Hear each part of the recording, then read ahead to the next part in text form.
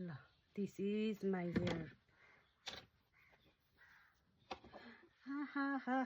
It's looking so gorgeous, guys. Hey, this is the way how I did that time, and अहिले पनि see, it's already looking bouncy and beautiful. Okay, see this here.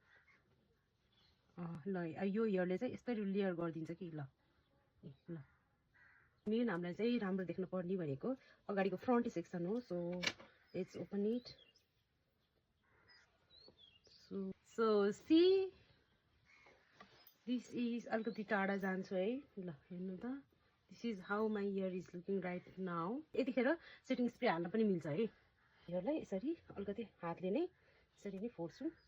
And कपाल still धेरै फुङ्ग देखिरहेको छ, उडेको जस्तो फ्लायर्सहरू छ भने हेयरमा you can use any hair serum. तर धेरै चाहिँ युज नगर्नु होला, लाइक 2 पम्प जति युज गर्ने, यति मात्रै. यसैलाई हल्का हातले, एकदम हल्का हुने गरेर यसरी नै.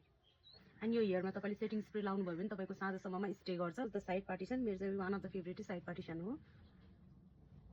बाउन्सी एन्ड हेयर बाक्लो पनि देखिरहेको छ. So guys, this is the full tutorial. जति पनि क्वेसन्सहरू थियो I think I cover it up. So thank you so much for watching my videos guys, and thank you so much for commenting and DM me messages. Thank you, love you, and let me know in the comments if you like this hair style.